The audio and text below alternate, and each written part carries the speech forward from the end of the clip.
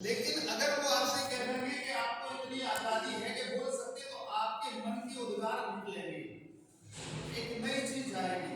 तो उसी प्रकार जब हम ब्रिटिश शासन काल में थे, हम आजाद हुए, तो हमने उस समय ये देखा कि हमारे देश को कौन सी शिक्षा की जरूरत है,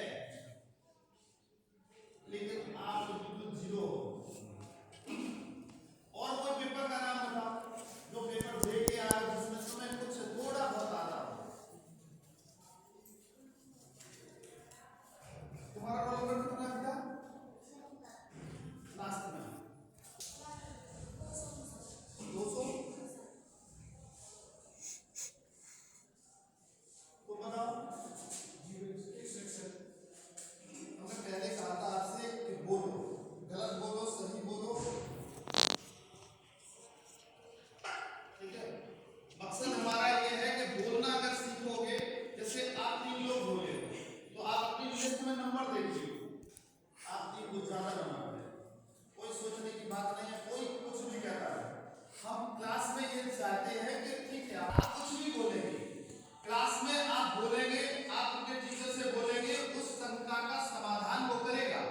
लेकिन जब बोलेंगे आप अपने घर पे गए, अपने पिताजी से कुछ समस्या नहीं रख रहे हैं, तो आपकी समस्या कैसे सॉल्व होगी? आपका जो भी टीचर यहाँ है, अगर आप उससे गलत बोलोगे तो ऐसा नहीं है वो थप्पड़ मार के भगा दे, आप बोलोगे, चर्चा होगी, लेकिन हमें टाइम नहीं है, बटन ऊपर का खुला है, हम नेतागिरी बन के आ रहे हैं। तमाम नेता बहुत सारे घूमते हैं खुला जो उसके बाहर, और यहाँ ट्रेंड है ऐसा।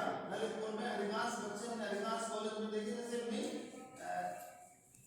स्थान नहीं लिख पाओगे, बस गार्जियंस के पैसा बर्बाद करने में रहा।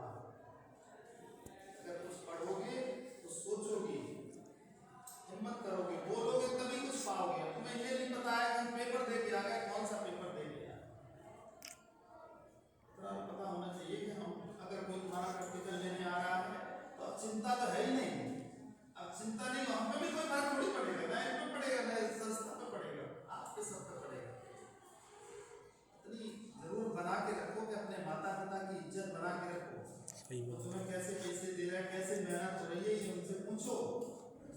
इतने किसान होंगे, उनसे पूछो अपने घर जाके, लेकिन फुर्सत ही नहीं है। अब यहाँ से जाओ अल्लाह करके चले जाओ। आप एनईपी पढ़ रहे हैं, नेशनल एजुकेशन पॉलिसी जो नई आई है वो सेमेस्टर पर डाली है। इसके पूर्व 1947 से लेके 48 से लेके इतने आयोग बने हैं, ये आपका पेपर है।